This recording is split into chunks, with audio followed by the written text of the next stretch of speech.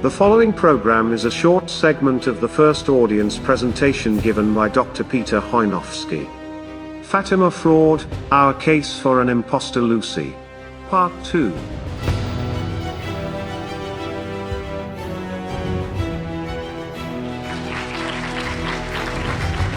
Okay. So it was based on that problem, the apparent difference between these pictures and between what seems like two different women, that caused us to begin this investigation. And what we've done is put the case, we're going to prove fraud here. And what we've done is put all the evidence in three separate categories.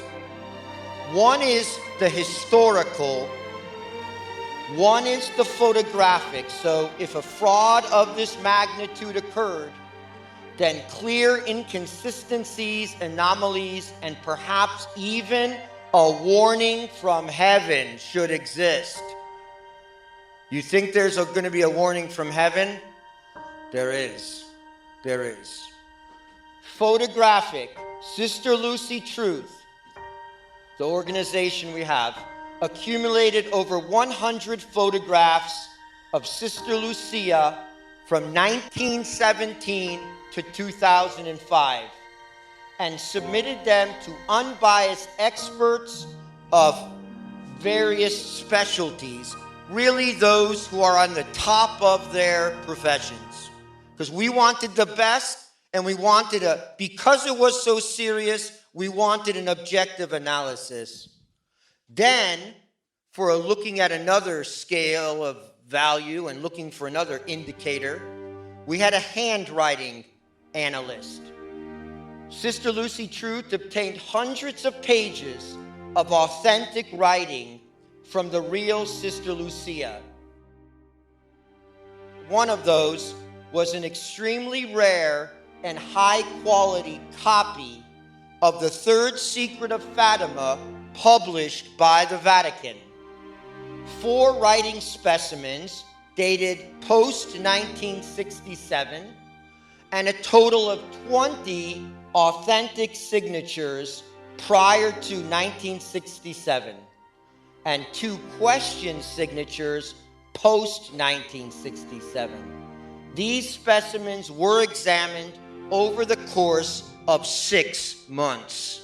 It took a long time to get this in. Okay, so what I'm doing for you today is I'm presenting to you the evidence as we have it now. We have never put forward this much evidence before to any audience or on the internet, so here we go.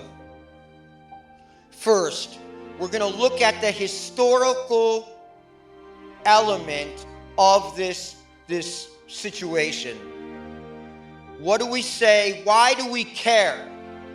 Why do we care about the identity of this woman, Sister Lucy of Fatima? I know I don't have to say that to you, but objectively speaking, why do we need to care? The identity of Sister Lucy is tied up with the history of the Fatima apparitions, the largest public miracle in human history, the miracle of the sun, subsequent to the resurrection of Jesus Christ. The events culminating in 1960 and thereafter demand a reasonable explanation and renewed examination. Now look at this. You will appreciate this because it's amazing what we found. It seems to be the case that the transition from the real Sister Lucia to the new Sister Lucia, quote unquote. How many things in our age have to be quote unquote? Exactly parallels the transition from the traditional Catholic faith to the new faith of post-Vatican II. Okay, I mentioned to you about a warning from heaven. And I just found this last week in a text called Fatima in Twilight. It mentions the fact that on her deathbed, so remember Jacinta, Francisco had already died in 1919 from the Spanish flu. Now Jacinta is going to come down with it, and she is going to die the next year, 1920. Before she dies, she has a message. Our Lady appears to her when she is on her deathbed, and she conveys to Jacinta a message. Jacinta's going to convey that message to Lucia.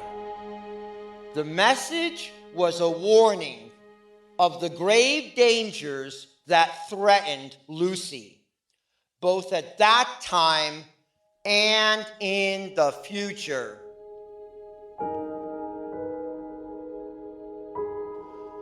The priest who was in charge of the area of Fatima, he heard this from Jacinta. He immediately tried to get both seers out of Fatima. Of course, Jacinta was ill. He took Lucia to Lisbon to protect her life.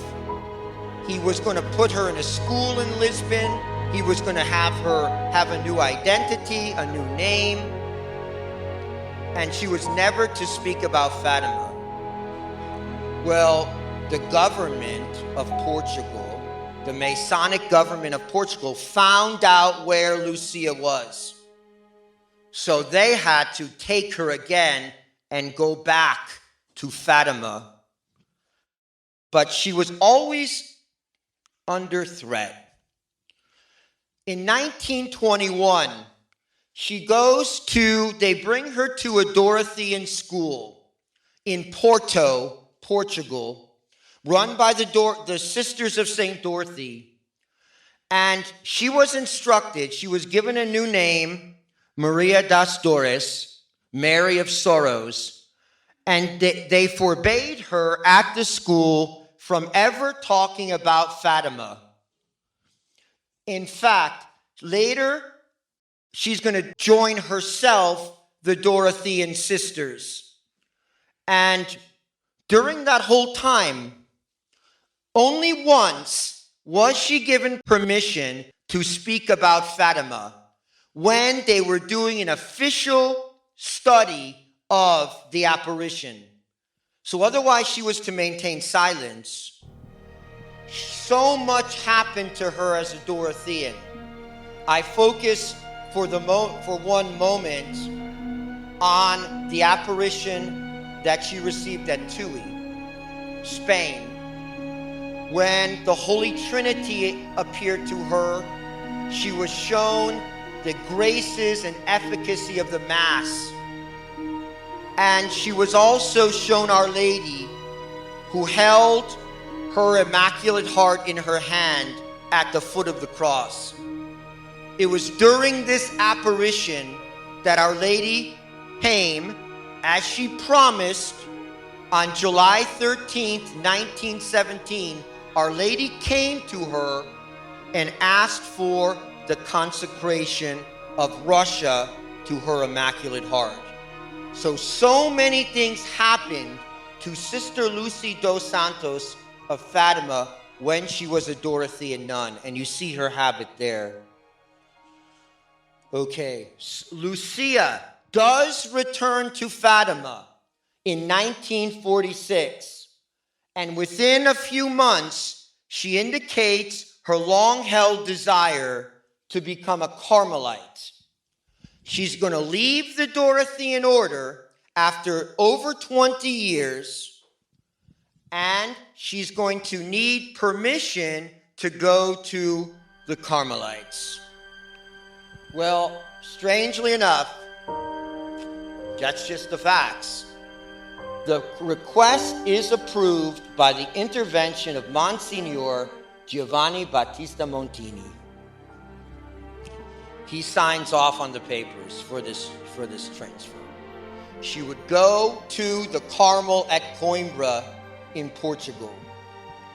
Of course, during this time, there was all talk about this third secret coming out before 1960.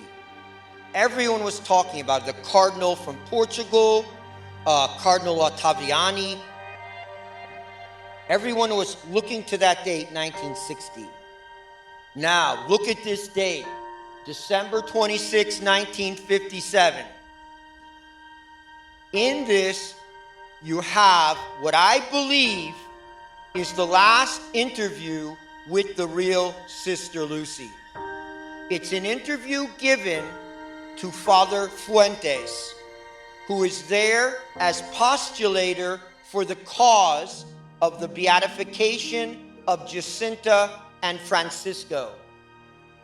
All right? Then look at that. After this interview, Sister Lucy was not allowed to be interviewed anymore for the next several decades. The interview was not published, so she gave the interview, he left, and he went back to Mexico. He was Mexican. The interview was not published until May 1958. But then he gave a conference. Father Fuentes gave a conference in 1958. And first of all, he described the Sister Lucy that he met a few months before.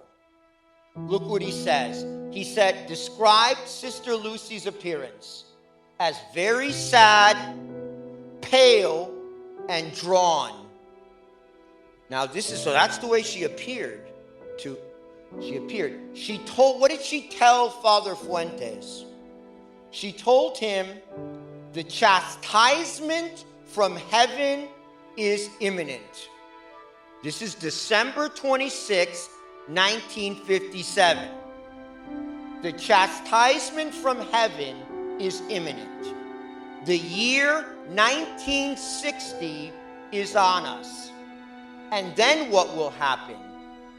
It will be very sad for everyone and far from a happy thing if the world does not pray and do penance before then.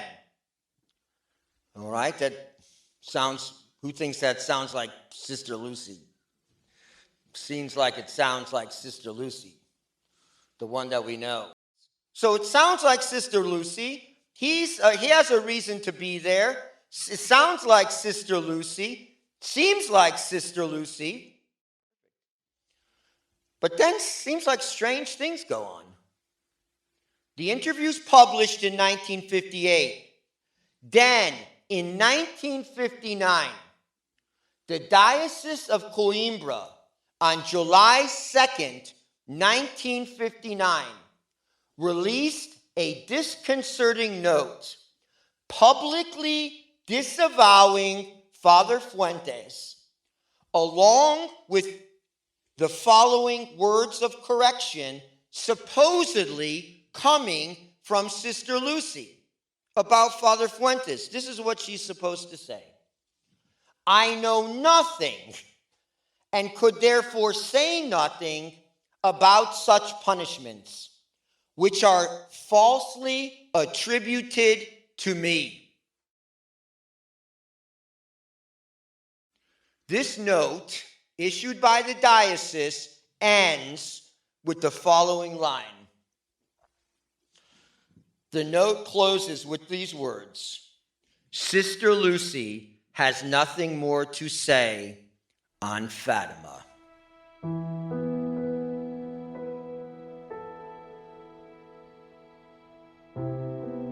What happened? Why is it getting strange all of a sudden?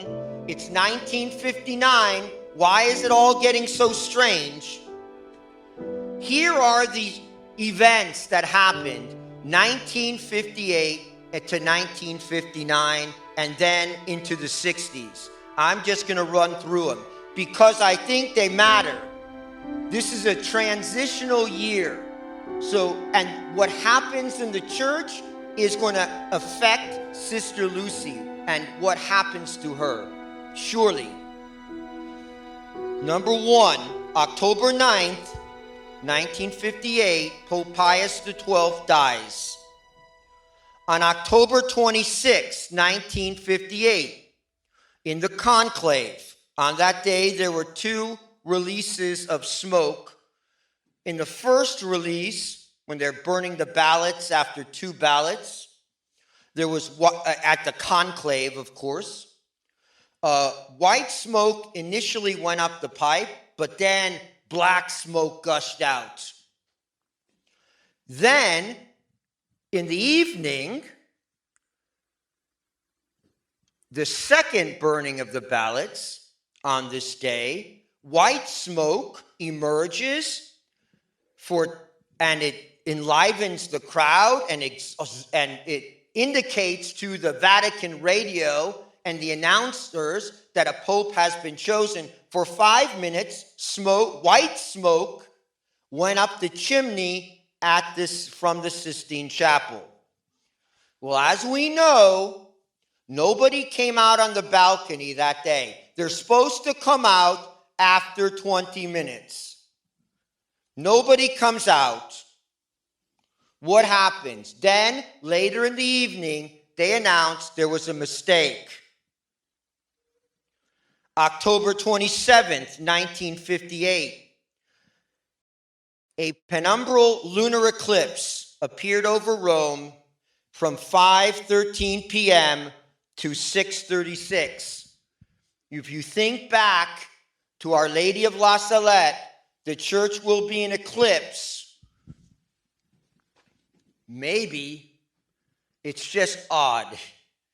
Then, on October 28, 1958, Angelo Roncalli appears on the balcony as John the 23rd. This concerns us, this critical move, and we're going to follow up on it because we want to know what happened in that conclave of 1958. We want to know. And who would know? Who would be spying on that conclave? The U.S. government.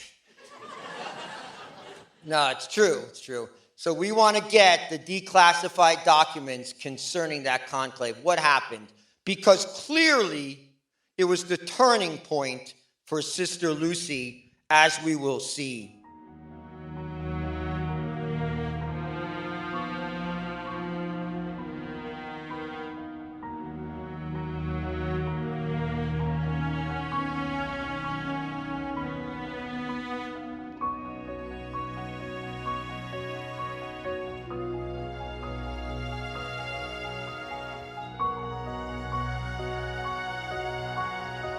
We at Sister Lucy Truth are fighting to finish the investigation. If you are able, and want to see justice for Sister Lucia, please consider sending any size donation to keep us going. Thank you.